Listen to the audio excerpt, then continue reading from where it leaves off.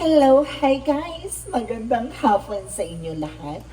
This is Chin Rodriguez from my Sagari channel, a faith healer, also mata reader. So ngayong hapon na to, tignan natin ang nagsabihin sa'yo ng ating mga gabay. So this is special gabay for the month of March 18 hanggang March 25 for the sign of Pisces. So Pisces, welcome to my channel. Ano kayong messages, advices ng spirit guide sa ating masasaga for today's video?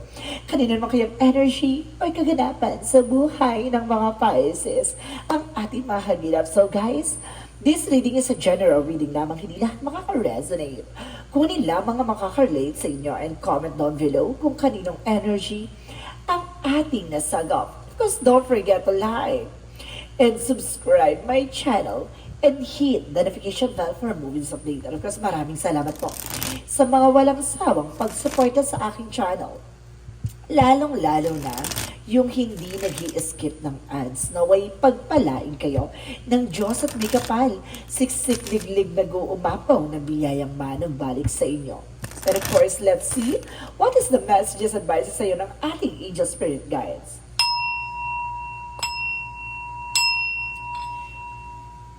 Angel spirit messages give me an information for the sign of Pisces. So ano kayang kwento ang makakagilap natin sa'yo? So ano na naman kaya itong kaganapan ang magpapanibago ng eksena mo? And of course, there's the Ace of Wands. So there's a something spark. Oh my God. May parang bigla ako nasense dito na parang, it is the time. No? This is the time.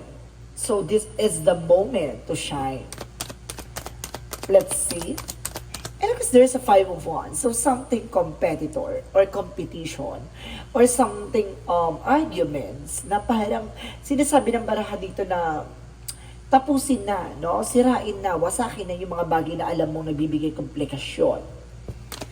No? Kumbaga, this is the moment na nga talaga. At the same time, there's a Three of Wands. There's a waiting for a result, waiting for a shift. Ito yung hinihintay mong resulta. Ito yung hinihintay mong plano. O ito yung hinihintay mong documents or information. So, let's see. And there's a travel, guys. There's a travel. And of course, there's a moon card for revelation reveal. And there's an information with something, a dream coming true. And of course, the moon parang there's an illusions. And of course, there's something drama. No, there's a something drama ako biglang sense. So let's see, additional messages. Daming energy ako nasagap ha. And of course, there's an Eight of Cups for letting go. No, kumbaga, see, there's a spark talaga out there, guys. No, kumbaga talaga nire-represent talaga kumbaga, kailangan mo mag-let go. Kasi there's a shiny, shimmering kineso dito sa taas. Na parang ito yung nire-represent niya, no? Na something new and something incredible or something miracles na darating ang papasok sa buhay mo. So let's see, what is the Hangman? So there's an information you're feeling stuck, no?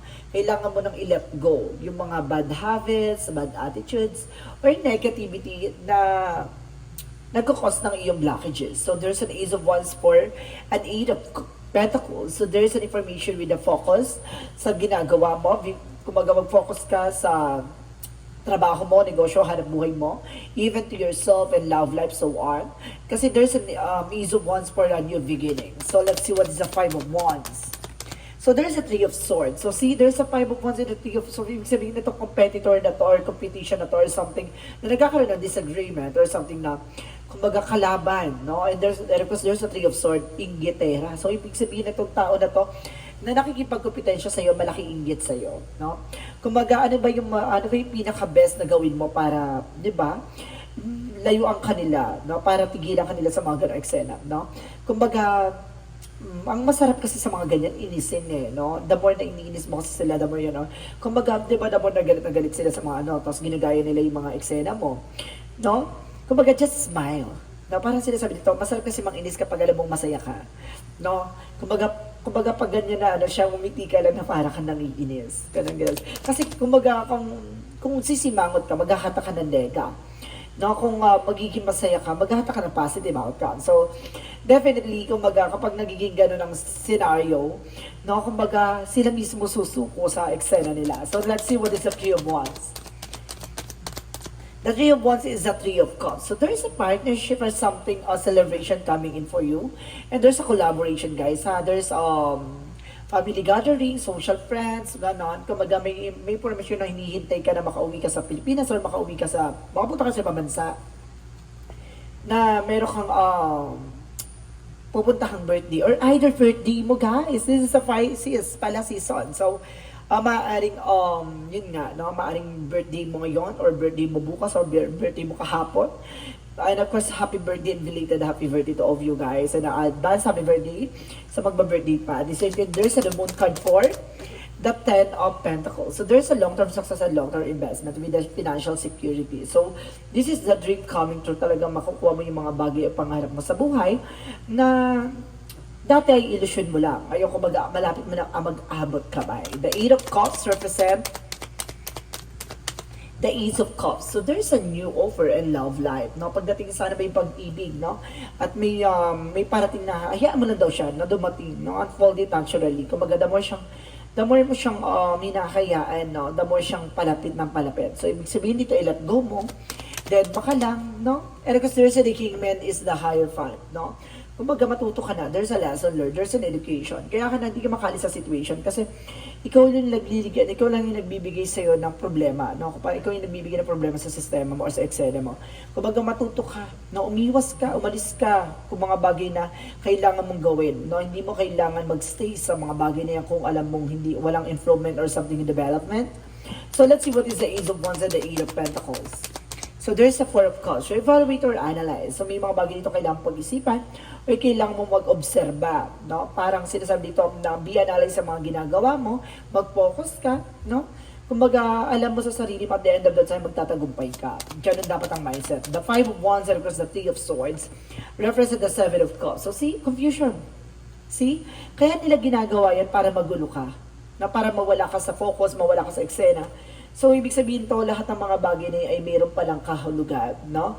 Na kumbaga, diyan ka tinitest ni God na para alam mo sa sarili mo yung grounds mo, no? Para, kumbaga, yung mga taong ginawang instrumento ni God para guluhin ka, no? Para subukin ka, yung pala, yan yung magpapatatag sa'yo ng titignan kung gaano ka katalino at gaano mo natutunan yung mga nangyari sa'yo sa mga nakaraan na kailangan marunong kang umiwas, marunong ka dumedma at marunong ka tumanggap ng mga bagay-bagay sa paligid mo. No, na hindi lahat ng mga tao ay magugustuhan ka. No? Kapag hindi ka nila gusto, dedma, okay, let go. Ganun lang yon, no? Hindi mo kailangan i-please sila. So let's see what is the Three of Wands and the Three of Cups. So there's a judgment for a wake-up call.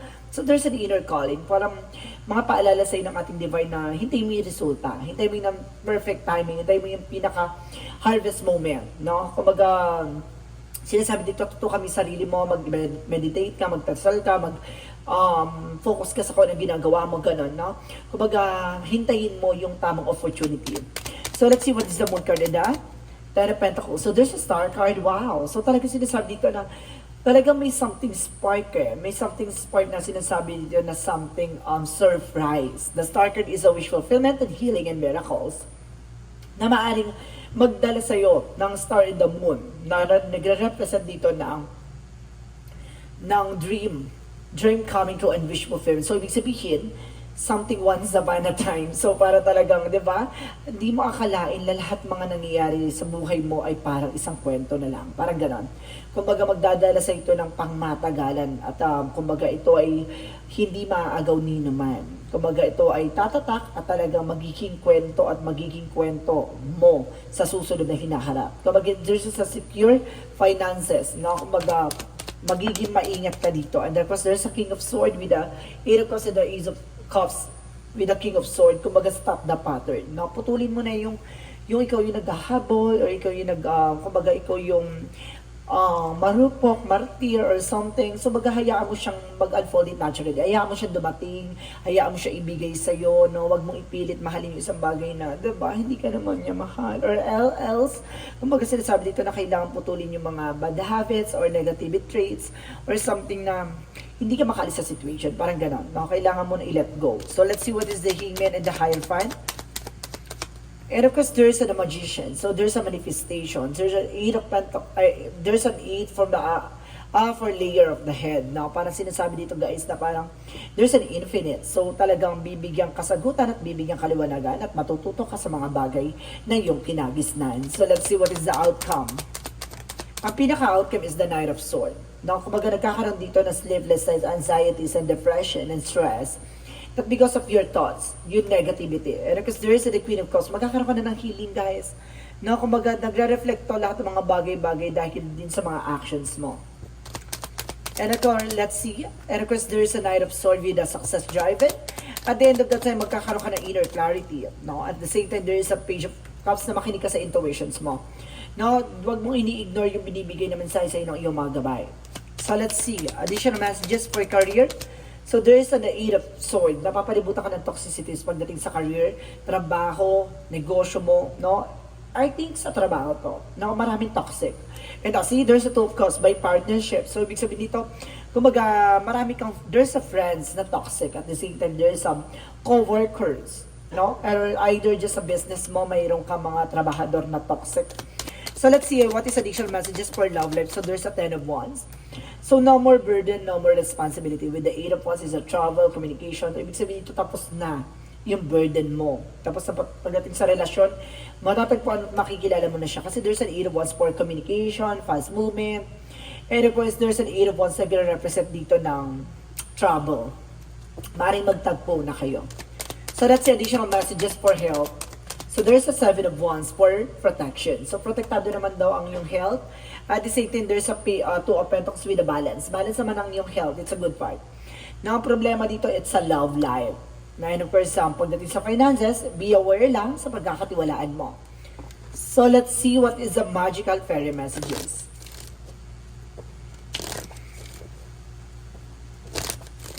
For magical fairy messages, get me information. So there's a goodbye to the old, hello to the new. Pakawalan mo na yung nakaraan.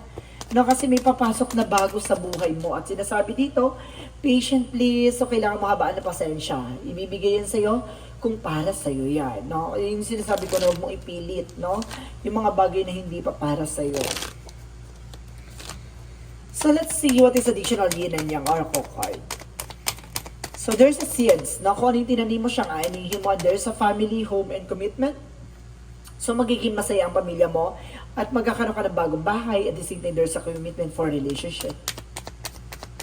And there's a feminine. So it's if you were a woman, so may babae ditong involved. What is bakit may babaeng eksena dito with a feminine?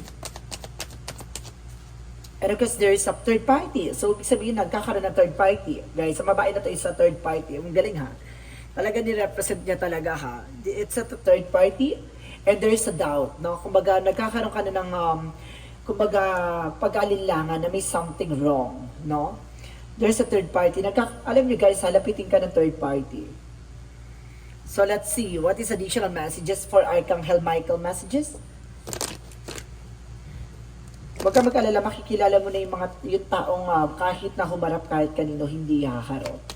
No? Kumbaga marunong tumanggap at marunong tumakontento. And of course, this is your life purpose. So, ibig sabihin dito, ito yung purpose mo sa buhay, ang masaktan at, diba? At maging marupok ulit. Charis. Kumbaga sinasabi sa dito, ito yung life purpose mo, ang matuto. No? And this is, you and your loved ones are safe. No? Sapat naman daw. At sinasabi dito na maaaring naligtas ang iyong mga mahal sa buhay. And there's an eternal love. Oh, everlasting promises. Talaga may nakatadahan ng magmamahal sa'yo. No matter what. No? Kung ano man yung nangyari sa nakaraan, ano man nangyari sa mga bagay na nangyari sa'yo. Kumbaga niloko ka, dinraidor ka, pinaglaruan ka. No? Sinira ka. Kumbaga may taong tatanggap sa'yo. So let's see what is the chakra messages. For the chakra, so there's an expansion. Papalawakin ang iyong kaalaman. at papaluwakin ang iyong kaisipan, even your finances, career, love life. And there's a gossip. See? Alam nyo guys, no, kumbaga lakas ng sense ko dito na parang lagi ka pinag-uusapan ng iyong mga katrabaho, no? Or pinag-uusapan ka ng iyong mga kasama sa bahay or something, kumbaga mga friends mo, no? Friends mo. Or either kaibigan nga talaga na maaaring katrabaho mo. And there's a workaholic, so see? Kasi nga nakatutok ka sa trabaho mo, kumbaga, pagdating sa trabaho talaga, ano ka talaga dyan, guys. Ganun ka. Kaya kulang na lang tumira ka dyan sa trabaho mo or yung ginagawa mo. No? And because there is a practice, no? Kailangan mo mag-practice sa skills, abilities, no? Even your intuition and vision. So, kailangan mo practicing yan. Kasi minsan kasi parang nagiging minsan paranoid.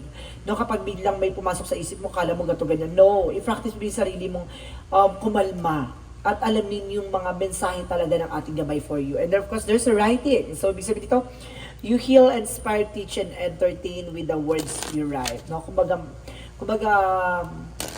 may mga messages or mensahe sa iyo ang iyong mga gabay na maaaring makatulong sa iyo for healing and of course to inspire yourself and others. So let's see what is the mythology. And a new start is coming. So magkakaroon ng bagong simula dito.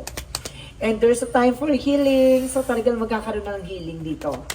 Healing sa nangyari sa iyo sa nakaraan. And of course, adjustment are required. So kailangan mo mag-adjust. No? Matuto ka na. So let's see what is additional messages for this energy. For this energy, so there's an angel of strength. No? Lakasan mo ang loob mo. Ay, there's a deceit, guys. May babae nga dito, ito yung third party na yun, or something friend. Kinukulang ka. There's a deceit, guys. Oh. May mangkukulang. Ang creepy ng mukha. No? Laki ng inggit talaga sa'yo.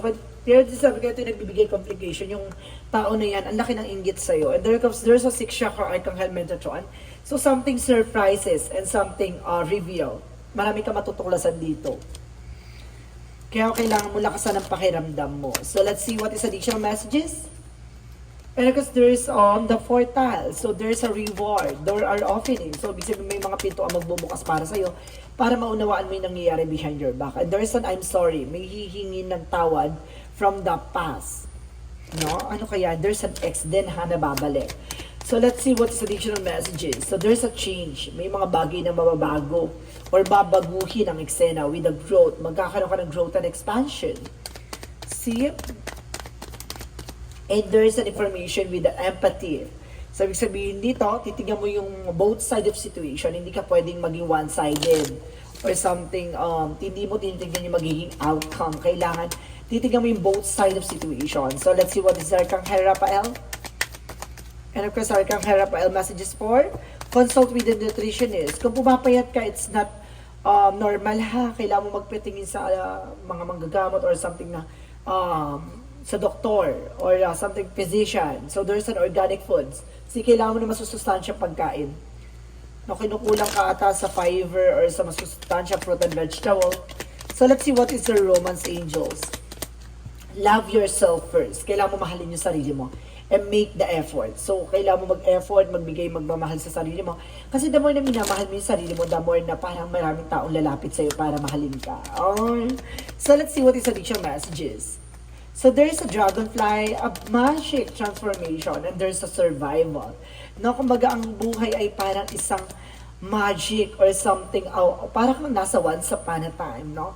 Na marami kang matututunan, no? At kung may mga bagay na hindi pa nawawala, hindi mo papahalagahan.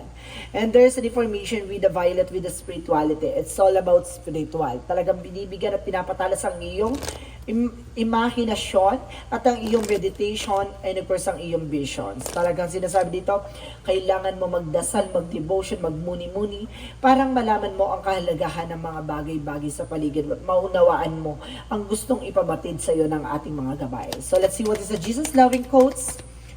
Jesus loving quotes is heal the sick that they're in and say unto them the kingdom of God is coming to you. So ibig sabihin dito na pagagaling ka ni Jesus Christ sa anumang uri ng karamdaman mo, no? At yung mga bagay na yun, saka mo makikita ang misteryo na gustong ipabatid sa'yo. So let's see what is the angels signs and angels messages. No.